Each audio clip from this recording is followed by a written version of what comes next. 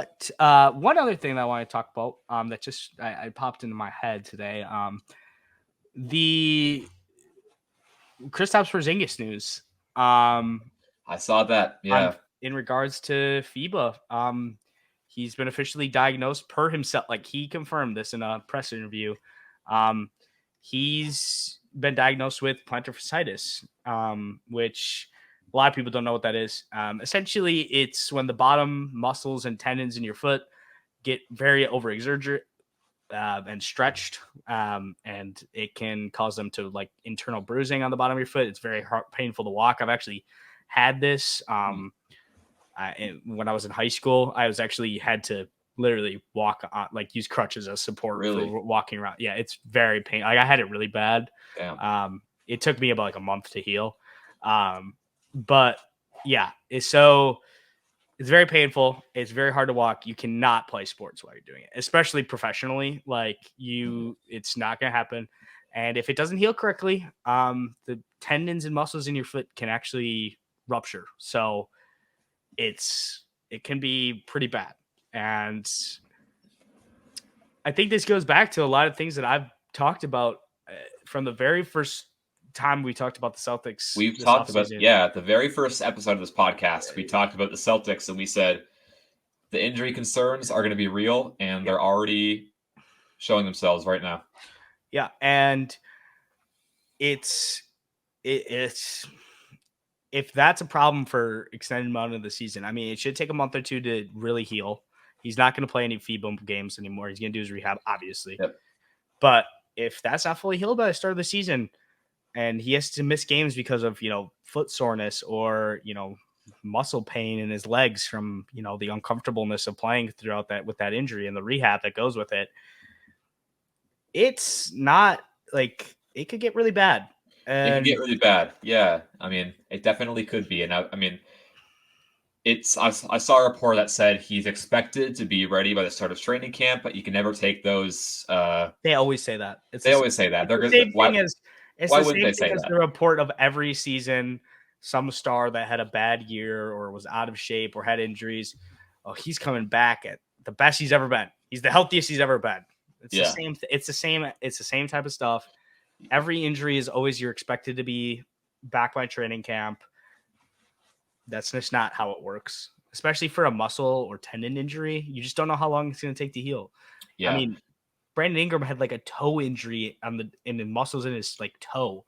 He missed a ton of games. He missed like 2.5 months almost.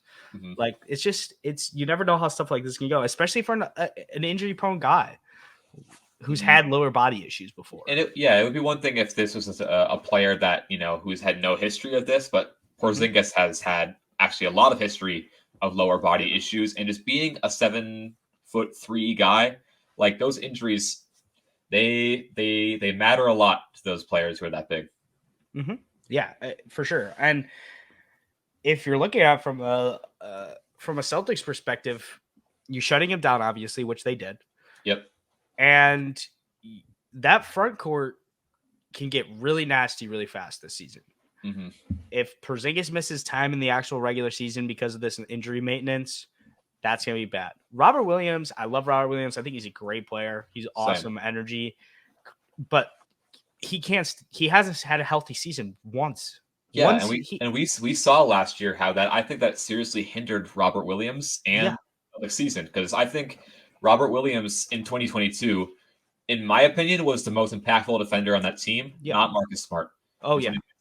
But in 2023, I think Robert Williams took a bit of a step back defensively, and I think a big reason of that is, you could say a bit of like a coaching change or whatever, but that injury clearly lingered for a long time. He missed a lot of time. Even when he came back, I don't think Robert Williams was fully himself much at all last season. No. And Joe Mazzulla just doesn't like him for some reason. Like he just takes him out of the rotation when he's healthy, randomly. It's really weird. So I don't know what goes on with that whole thing. Yeah, but I just think the way I also think a lot of that is because they couldn't decide whether they wanted to stick with the two big lineup or the one big lineup. And Mazzulla was just a little bit confused. And then their third big on the roster right now is Al Horford, who's 39 years old. 39 years old, also has some injury history. And even if you don't have injury history, if you're like 35 plus, you're going to miss at least 15, 20 games in that season. This is kind of usually how it goes. Yeah. And he showed signs at the end of the year that he can't, like, at the end of the day, or he's 37. Well, he's younger than I thought he was. I mean, in the playoffs, he looked bad. He looked bad in the playoffs. Yeah. The shooting disappeared when the pace wasn't as fast and he wasn't getting as many open. I mean, he was getting still a lot of open looks. He just wasn't hitting them. His defensively, he looked good on Embiid, but like Embiid was also hurt, dealing with injuries. Yeah. And it's like, and then he just looked slow. He looked like he couldn't really compete out there. And it's just like, yeah, I just don't. The only other center is Luke Cornett is the fourth center. Do they still have Sam Hauser? Is he still on the team? Yeah, but he's more of a wing. Yeah, I guess so. He's 6'8". Okay. So he's a small forward, power forward guy. But like, and they've also got Malcolm Brogdon, who is also going to be hurt. Seems like he already is. Seems like his forearm injury from the playoffs is like his muscles are just like tore up. Really? I mean, I don't know what else would be that bad that the Clippers wouldn't be willing to work with your injury history. Yeah, that was rough. And they lost Grant Williams. You think about it, that Boston Celtics rotation can get very thin very, very fast. Yeah, and we've seen them in years when the rotation got really thin. Wasn't there a year when they were in the play-in? Yes, that was 2021. They played the Pacers in the play-in. They blew them out, and they lost in 5 to the Brooklyn Nets in the first round. Yeah, and that was a year that the rotation got thin, and and a lot of their guys were not healthy for the whole year. And I think obviously the steps that Tatum and Brown and have taken as players, they will not. I don't think they would be that level because no, but the injuries pile up throughout the year, and Joe Mazzulla is a guy plays his guys a lot of minutes in a lot of games. They don't take rest games.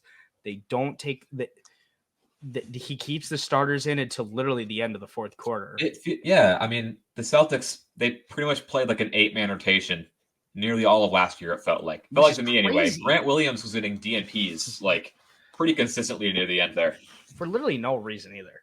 Yeah, I've never understood that. Like, you're too good of a team to be like. I think Joe Mazzulla was a little bit too occupied with the idea of trying to prove himself as a coach and winning games. It's like, you're gonna win games regardless. Like the 2021 Bucks, that was the first year that they really started like actually managing the amount of games that they were playing, not just minutes. Because the Bucks have always managed their players minutes. Like if we're blowing a team out in the third quarter, you're not playing unless we need to. So like they've always done that. But in 2021, they started resting them more games, and we're gonna take. And they didn't win as many games. They weren't like the 1 seed like they had been the 2 previous years. But the team was a lot healthier in the playoffs, and I think you really you don't want to see that start to pile up the wear and tear on the body. You just really don't want to. Yeah. But yeah, obviously you don't you never wish that anyone stays injured, but I mean, it's especially with Chris. I mean, that's the reason Kristaps wanted his extension right away for a reason. Mm-hmm. He knows he's injury prone. He knows that it's possible that his injury history catches up to him eventually. Yep. And that's really why players want extensions fast, is because if they get injured, that extension is off the table. Yep. I mean, knock on wood. The same thing with Tyrese Maxey. He gets hurt this year. You lose out on $150 million. Yeah. So, yeah, I don't